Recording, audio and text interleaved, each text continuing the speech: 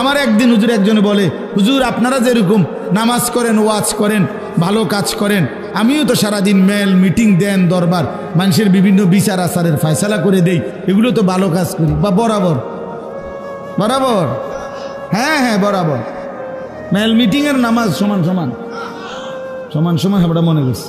তো তো কি বুঝছে দোয়ান বাহি গান, কথা বুঝেন নাই? এটা হইল কথা? নামাজের বিকল্প আপনার এই মেল মিটিং, তাইলে এই জন্য ধোকা না খাও, এটা আমি জরুরি বললাম।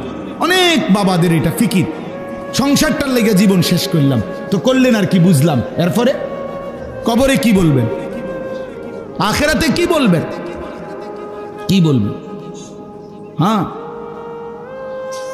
কিভাবে বলবেন? হাদিসের মধ্যে আছে, কোন নেককার বান্দা যখন 3টি প্রশ্নের জবাব কবরে দিতে পারবে, তো ফেরেশতারা জিজ্ঞাসা করবে যে তুমি এই প্রশ্নের উত্তরগুলো সঠিক কিভাবে দিতে পারলা? তখন সে বলবে, আমাদের কাছে আল্লাহর নবী সাল্লাল্লাহু আলাইহি সাল্লাম এসেছেন এবং তিনি আমাদেরকে এই ব্যাপারে শিখিয়েছেন, আমরা তার থেকে এই ইলম অর্জন করেছি। ইলম অর্জন, ইলম তাকে কবরে উপকার করবে, ইলম তাকে আখিরাতে উপকার করবে, ইলম তাকে জান্নাতে উপকার করবে। এজন্য ওই 2 নাম্বার কথাটা একটু বড় করে বললাম। জাহালত, অজ্ঞতার, মূর্খতা, না জানার কারণে মানুষ জাহান্নামী হবে। নামাজ পড়ে প্রতিদিন সেজদা দিলে পিছনের 2 পাও আপনার 2 ঠ্যাং উঠে এলায়, মানে দুনো পাও একবারে একটু আর মাটির সাথে থাকে না।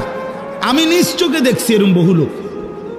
তো পাও যদি ছুটে যায় পিছন দিয়া আপনার, তা তাইলে নামাজ কি হলো? নামাজের দাঁড়ানো, কিয়াম, এইটাই তো ছুটে গেল।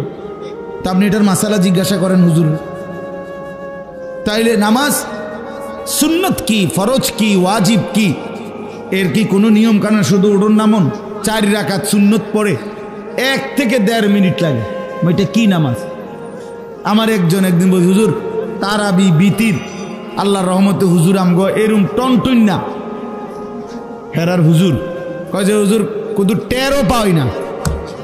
তা আমি বললাম 20 রাকাত তারাবি, 3 রাকাত বিতির, 4 রাকাত ফরজ, এতটি নামাজ পড়ো আপনার শরীরে কুদুর টেরও পান না, আপনি এটা কি নামাজ পড়েন? কি মেশিন লাগাইলেন? এটা জাপানি? হ্যাঁ, টেরও পান না, এটা কি ধরনের নামাজ? হাদিসের মধ্যে আছে, তাফসীরের মধ্যে আছে, সাহাবায়ে কেরাম আল্লাহর প্রিয় বান্দাগণ আল্লাহ পাকের ইবাদত রাত্রিবেলা এই পরিমাণ করতেন যে একটা পর্যায়ে আইসা 2টা পাও হেসরাইয়া হেসরাইয়া তারপরে বিছানায় বিশ্রামের জন্য যাইতেন। মানে আর সোজা হয়ে হাঁটতে পারতেছে না ক্লান্তির কারণে, এই পরিমাণ মেহনত করতে বলছে। ফাইজা ফারাগতা ফানসাব, আল্লাহ বলছে সারাদিন আপনি, নবীকে বলছে বন্ধু, নবুয়তের সমস্ত কাজ যখন আপনার শেষ হবে, এবার রাত্রিবেলা আপনি কঠোর ইবাদতের জন্য পরিশ্রম করুন। ফানসাব স্বাভাবিক মামুলি ইবাদত না, রাত্রিবেলা এবার ফানসাব আপনি লম্বা দোয়া, লম্বা তেলাওয়াত, লম্বা সেজদা, লম্বা তাহাজ্জুদ, লম্বা ইবাদত বন্দিগির মধ্যে এভাবে লেগে যান যেন ভীষণ কষ্ট অনুভূত হয়, কষ্ট হয়, শরীরের মধ্যে কষ্ট অনুভব হয়। ফানসাব অর্থ এটা। তাইলে আপনি কোন আপনার 24 রাকাত 27 রাকাত নামাজে 13 পান না, আপনি কি মেশিন লাগান? এটা খামখেয়ালি এটা। এই জন্য বাপ আমার দিন শিখেন। বয়স্ক বাবা আপনাদেরকেও বলি, 90 বছর বয়স হোক আজই শিখবেন।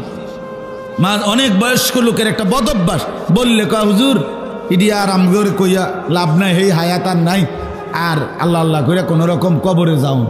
আল্লাহ আল্লাহ বুঝি বলছে আপনারে যে তুমি আল্লাহ আল্লাহ করে কোন রকম কবরে যাইতে বলছে? বলছে পূর্ণ মুসলমান হয়ে কবরে যাইতে। ওয়ালা তামুতুন্না ইল্লা ওয়া আনতুম মুসলিমুন, পুরা মুসলমান হয়ে 100 তারপরে কবরে যাইতে বলছে।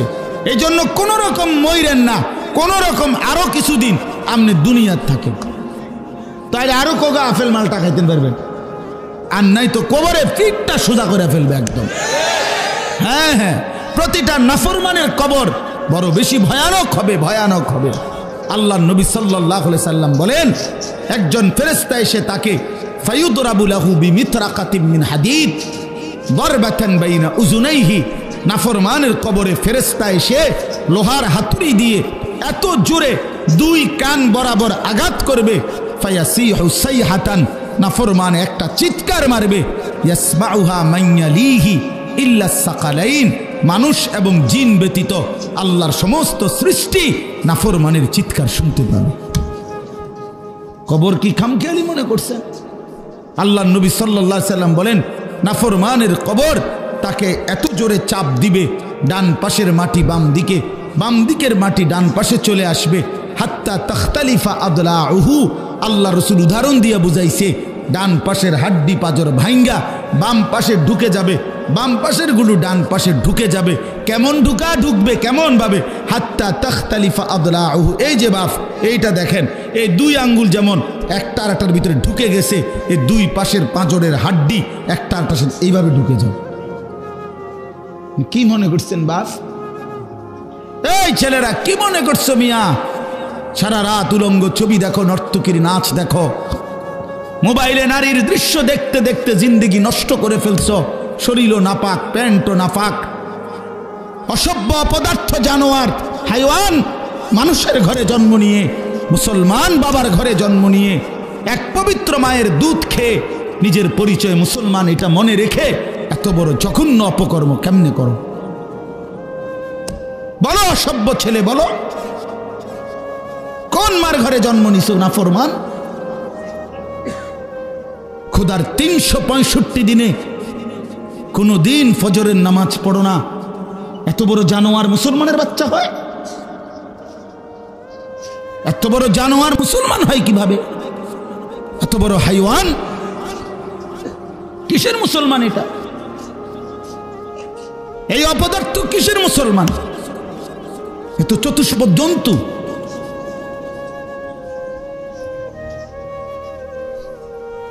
আল্লাহ আমাদেরকে মাফ করে দেন। ছেলে পেলে ভাবতে শিখো বাবা, নিজেরে নষ্ট করে দেওয়ার মধ্যে কি ফায়দা? নিজের জিন্দেগি বরবাদ করে দেওয়ার মধ্যে কি ফায়দা বাপ? একটা মোবাইল জীবনের সব, একটা নারী জীবনের সব, একটা মোটর সাইকেলের জন্য আমরা পৃথিবীতে আসছি, এই বন্ধুদের কিছুক্ষণের আড্ডা, এই খালাস। আহা, একদিন রাত গভীরে চোখ বন্ধ করলে দেখবা প্রিয় বন্ধু আমার, তোমার পাশে আর কেউ নাই। একদিন এই পৃথিবীর সব আলো বাতাস চলবে, এই পৃথিবীর গাড়ি ঘোড়া চলন্ত বাতাস, রোদ বৃষ্টি সব থাকবে, পৃথিবীর মানুষগুলো দৌড়বে ছুটবে, মৃত্যু তোমারে একদিন একদম নিস্তব্ধ করে দিবে। সেদিন দেখবে সবাই ব্যস্ত, তুমি কেবল শান্ত। সেদিনও দোকান খুলবে, সেদিনও রোদ উঠবে, সেদিনও বৃষ্টি ঝরবে, সেদিনও হাজারো মানুষের ব্যস্ততা থাকবে, শুধু তুমি বন্ধু থাকবা না, তুমি বন্ধু থাকবা না। হ্যাঁ প্রিয় ভাই আমার, এটা জরুরি বিষয়, বুঝতে শিখো। নিজের ভালো, নিজের কল্যাণ, এটা বহুতই জরুরি বাপ, বহুতই জরুরি। যাই হোক, আমি লম্বা করে ফেলছি আমার কথা। তৃতীয় কথা হলো দলালাত, কোনো ব্যক্তি হকের রাস্তা, জান্নাতের রাস্তা, সঠিক রাস্তা থেকে পথ হারিয়ে ফেলা, কুফরির মধ্যে লিপ্ত হলো, শিরিকের মধ্যে লিপ্ত হলো, বিদআতের মধ্যে লিপ্ত হলো, সামাজিক বদরসম কুসংস্কারের মধ্যে লিপ্ত হয়ে গেল। দুনিয়ার ইহুদি খ্রিস্টান কাফের বেঈমান নাস্তিক মুরতাদ মুশরিক নর্তকী গায়ক নায়ক এই অসভ্যদের কাছে তার জীবন সঁপে দিল, তাদের মতোই তার মানে সে দলালাত পথভ্রষ্ট হয়ে গেল, হকের রাস্তা, জান্নাতের রাস্তা, আলোর রাস্তা থেকে বঞ্চিত হয়ে গেল, পথ হারা গোমরা হয়ে গেল। এটা তারে জাহান্নামে নিয়ে যাবে, এটা তারে কই নিয়ে যাবে বাপ? আমান ইউদলিলিল্লাহু ফামা লাহু মিন হাদ। আল্লাহ কোরআনে বলছে, আল্লাহ যাকে পথ হারা করে দেয় সে আর কোথাও কোনো পথ প্রদর্শক পায় না। আল্লাহ থেকে যদি কারো বন্ধন ছুটে যায় বন্ধু, তার জন্য আর কোনো পথ প্রদর্শক নেই। কোরআনের সরাসরি আয়াত আল্লাহ বলছে। হ্যাঁ, আল্লাহ তাআলা বলছে কোরআন শরীফে কতভাবে বলছে আল্লাহ যে নাফরমানদের পুরাটা জিন্দেগি কেমন কেমন। আমালুহুম কারামাদিন ইশতাদ্দাত বিহির রিহু ফি ইয়াউমিন আসিফ। আল্লাহ তাআলা বলছে সমস্ত বেঈমানের জীবনটা, তার মেহনত, তার কর্মকাণ্ড আল্লাহকে ছেড়ে দিয়ে ভুল পথে চলে, নাফরমানির রাস্তায় চলে, তার জীবনটা হলো এমন যে ছাই বোঝেন, চুলার যে ছাই, এই ছাই কোনো ব্যক্তি রাস্তার মাঝখানে মনে করেন এক পাশে এমন জায়গার মধ্যে স্তূপ দিল, অনেক ছাই, একটা ঝড়ো বাতাস, একটা প্রচন্ড বেগে বাতাস এসে এই ছাইগুলোকে পলকের মধ্যে, মিনিটের মধ্যে উড়াইয়া ফেলল। আল্লাহ পাক বলেন সমস্ত কাফের, বেঈমান, নাফরমান, পাপী সারা জিন্দেগীর সমস্ত কর্মকাণ্ড ওই ছাইয়ের মতো প্রচন্ড বাতাস যেটাকে মিনিটের মধ্যে উড়িয়ে ফেলে। কারামাদিন ইশতাদ্দাত বিহির রিহু ফি ইয়াউমিন আসিফ। আল্লাহ তাআলা বলেন, আল্লাহ বলেন আমালুহুম কাসারাবিন বিকিআতিন ইয়াহসাবুহু যামআনু মাআ হাত্তা ইদা জাআহু লাম ইয়াজিদহু শাইআ। আল্লাহ বলে সমস্ত নাফরমান পাপী তার জীবনটা হলো ওই মরিচিকার মতো, যে রাস্তার এই পাশ থেকে প্রচন্ড রৌদ্রে, এই পিচ ডালা রাস্তায় দূরে তাকাইলে মনে হয় যেন পানি থই থই করতেছে রাস্তার উপরে রৌদ্রের মধ্যে। দৌড়াইয়া তৃষ্ণার্ত ব্যক্তি পানির আশায় যখন সেখানে যায়, গিয়ে দেখে লাম ইয়াজিদহু শাইআন, কিছুই নাই, সেটা মরিচিকা, সেটা ধোঁকা। তো আল্লাহ তাআলা বলেন আল্লাহকে বাদ দিয়ে, আখিরাতকে ভুলে গিয়ে, ইবাদতকে ভুলে গিয়ে, নামাজ রোজা হালালকে ভুলে গিয়ে, বাপ বন্ধু জওয়ান বুড়ো আমি আপনি সবাই রে বলছি, আল্লাহ তাআলা যেন বলেন, আল্লাহ বলেন যেন এটা ওই বেঈমানের মতো যে মনে করেছিল সেটা পানি, কিন্তু গিয়ে দেখে কিছুই নেই, কিছুই না।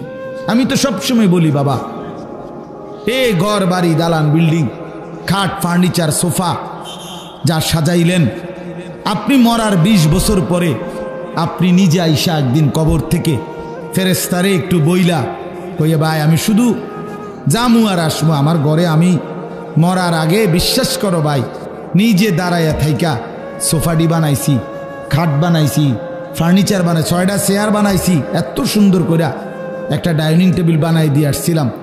আজ 20 বছর পরে আমার মনে পড়ছে ফেরেশতা আমার ঘরের আসবাবগুলো আসেনি, কিন্তু চাইয়াই শুধু দেখে আইসা পড়বো, আমি এরপরে থাকতাম না কইলাম।